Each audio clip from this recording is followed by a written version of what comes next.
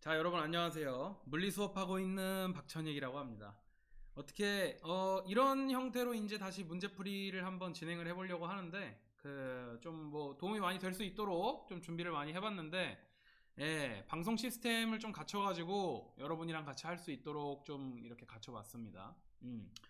자, 일단 9월에 이제 평가원 모의고사가 진행이 됐는데 이 평가원 모의고사 같은 경우에는 수능의 패턴을 보여주기 때문에 굉장히 중요한 모의고사죠. 예, 그래서 좀 잘 분석을 해야 되고 수능 때 또 이런 식으로 나올 것이다 라고 대략적으로 예상이 되기 때문에 좀 잘 분석을 해주고 자기 걸로 만들 필요가 있습니다.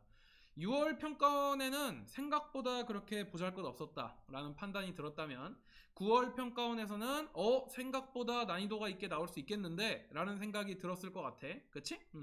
나도 문제를 풀어보면서 아씨 이거 보통 아니었겠는데 너네한테 그렇게 막 엄청 쉽지는 않았겠는데 6월처럼 방심한 상태로 풀면은 큰일 났겠는데 라는 생각이 마구마구 들더라고. 그래서 어느 정도 긴장을 좀 하고 있는 상태로 진행을 해주는 게 좋을 것 같습니다. 이번 수능도 원래 이렇게 교육과정이 바뀌고 나면 그해 수능에는 제법 좀 문제가 편하게 나오는 편인데 이번에는 어떨지 조금 감이 안 오네요. 내가 함부로 뭐 무당도 아니고 그지? 내가 무당도 아니고 막 함부로 말할 수도 없는 부분이니까 좀 긴장을 빨고 하는 게 좋을 것 같습니다. 오케이? 전체적으로 한번 어떤 식으로 문제가 나왔는지 한번 얘기를 해보자면 일단 물리학 1에 대해서 얘기를 할 거고요.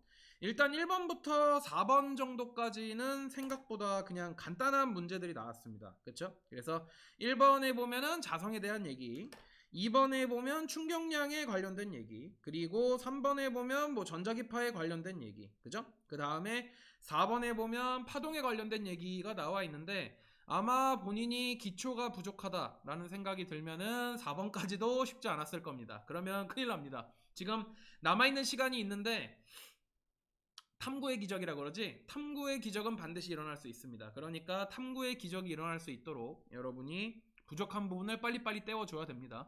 지금 시국도 시국이니만큼 조금 공부하기가 조금 애매할 수도 있어요. 수능이 뒤로 밀렸으면 좋겠다라고 하는데 내가 팩트 하나만 말해주면은 수능이 뒤로 밀리나 수능을 일찍 보나 수능을 원래대로 보나 우리의 점수는 또는 등급은 변하지 않습니다. 왜냐하면 할 사람들은 이미 다 해놨고 또 수능까지 남아있는 기간 동안 자기가 조금 보강이 필요하다라고 하는 친구들은 또 그만큼 보강을 또 잘 하기 때문에 어차피 늦게 보나 빨리 보나 결과는 그게 그겁니다. 그러니까 지금이라도 당장 늦었냐고 물어보는데 존나 늦었죠? 존나 늦었죠. 늦었으니까 여러분이 정신을 바짝 차리고 빨리빨리 진행을 해주는 것이 좋습니다. 뭔 얘긴지 이해 갔죠? 그래서 뭐 총평을 좀 부드럽게 진행을 해보는 거니까 같이 한번 보면 뭐 보자. 자, 뭐 5번 같은 문제가 가장 뭐 이제 힘들었다라는 평가를 갖다가 굉장히 많이 받고 있고 5번 이거 뭐야? 라고 하는 친구들이 굉장히 많던데 저도 같은 생각입니다. 그래서 5번 같은 경우에는 조금 더 우리가 개념에 대해서 완벽하게 이해를 할 필요가 있었다라는 생각이 들었을 거야. 그림을 보고 좀 잘 분석을 했어야 되는데 이렇게 뒤통수 때리는 문제가 반드시 나올 수가 있으니까 여러분이 잘 준비를 해놔야 됩니다. 이해 갔죠? 자, 그리고 6번부터 7번도 8번도 9번도 10번도 11번도 다 무난한 문제였습니다. 그쵸? 11번은 특히 상대성 이론이 이렇게 간단하고 기초적이게 나오다니 너무 실망스럽나? 아무튼 실망이 조금 됩니다. 왜냐면은 그 전에 있었던 교육과정에서는 상대성 이론을 가지고 약간 알쏭달쏭하게 낼 수가 있어. 어떤 부분을 이용하냐면 동시에 상대성을 이용해서 약간 아리송하게 낼 수가 있습니다. 수능 특강에도 나왔고 수능 완성에도 나왔던 문제, 아무리 EBS 연계율이 많이 떨어졌다라고 얘기를 해도 EBS 연계율보다는 뭔가 물리의 내용에 있어서 이런 동시에 상대성 문제를 내면은 약간 어중간한 애들이 있어. 너네가 거기에 속할지는 모르겠는데 그 약간 어중간하게 4, 5, 3, 4 막 이러면서 이런 애들이 있어. 그런 애들이 털리기 좋은 게 바로 동시에 상대성이란 말이지. 근데 그게 안 나와서 조금 아쉬웠다. 오케이? 자, 그리고 뒤쪽에 보면은 12번. 문제가 어려울수록 변별력이 좀 생겨가지고 어느 정도 괜찮습니다. 너무 어려운 거 말고, 불수능 말고, 불물리 말고, 분리 말고, 어느 정도는 불과 물 사이에, 물리, 막 이런 식으로 나와줘야지 조금, 변별력이 생기기 때문에 좀 약간 아쉬운 부분이 있긴 했습니다. 그 다음에 12번, 13번. 13번은 갑자기 이중슬릿이 등장하게 되면서 우리를 갑자기 긴장을 빨게 만들고 등에 땀이 잔뜩 나게 만들었지만 막상 문제를 읽어보면 어두운 부분이다. 보강이계 상세계. 그리고 간섭한 빛이 위상이 같았냐 달랐냐 막 이러면서 좀 간단한 것들을 물어봐가지고 그렇게 뭐 긴장되는 문제는 아니었습니다. 14번도 전반사 문제가 지대로 나와가지고 여러분을 현혹시킬 수 있지만 그런 문제가 아니었습니다. 그죠? 그런 문제가 아니었습니다. 그런 문제가 아니었기 때문에 좀 편안하게 문제를 볼 수 있는 거였습니다. 아니 동시 시청자 수가 어느 정도 늘어나기는 하는데 채팅을 좀 쳐주면 안 되니? 되게 외롭다. 되게 외롭네. 이렇게 하다 보면은 어느새 학생들이 조금 들어오기도 하겠지? 오케이. 들어온 사람들 뭐 채팅도 조금 쳐보세요. 나랑 소통도 하면서 하면 좀 재밌을 것 같아.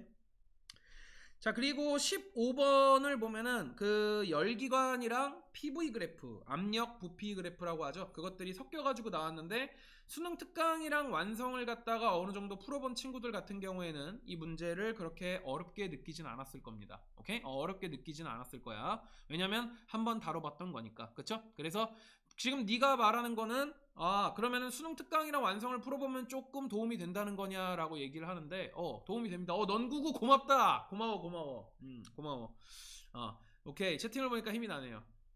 오케이. 그런 식으로 조금 그 수능 특강이랑 완성을 활용하면은 꽤 괜찮게 접근할 수 있다. 왜냐면 경험을 갖다가 여러분이 지금 안 해봤잖아. 그러니까 수능 특강이랑 완성이 어느 정도 이런 문제가 나올 수 있다라는 거 가이드를 잡아주기에 굉장히 좋거든. 안녕? 시은이 안녕?